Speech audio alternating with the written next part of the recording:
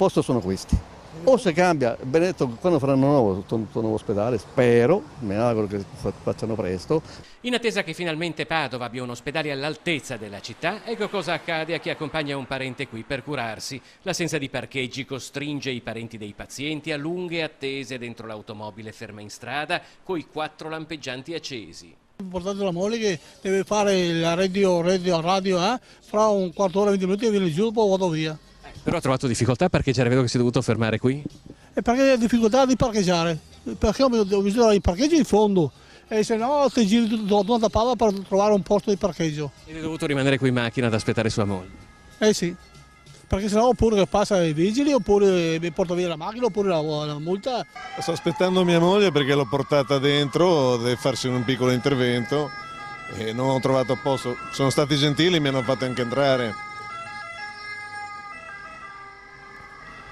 Quando c'è una persona che ha problemi a muoversi ti fanno entrare, il problema è che i posti sono limitati e quindi ho dovuto uscire per forza, non ho trovato posto. Mi tocca, non ho altre scelte, cosa devo fare?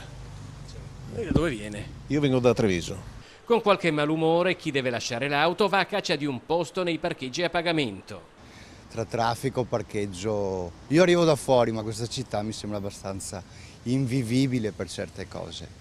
Come questa, di trovare parcheggio per andare a farsi una visita in ospedale. Esatto, bravissimo, bravo. È molto lontano? Io abito verso Jesolo, verso il mare. Arrivano da mezzo Veneto a testimonianza che il nuovo ospedale di Padova è una questione che riguarda tutta la regione e questo è il benvenuto. Ma se uno c'ha fretta, qua come fa? Come fa? Là forse dentro puoi anche entrare se sei in parcheggio, perché dentro la portineria puoi entrare con la macchina, bisogna vedere se trova il posto.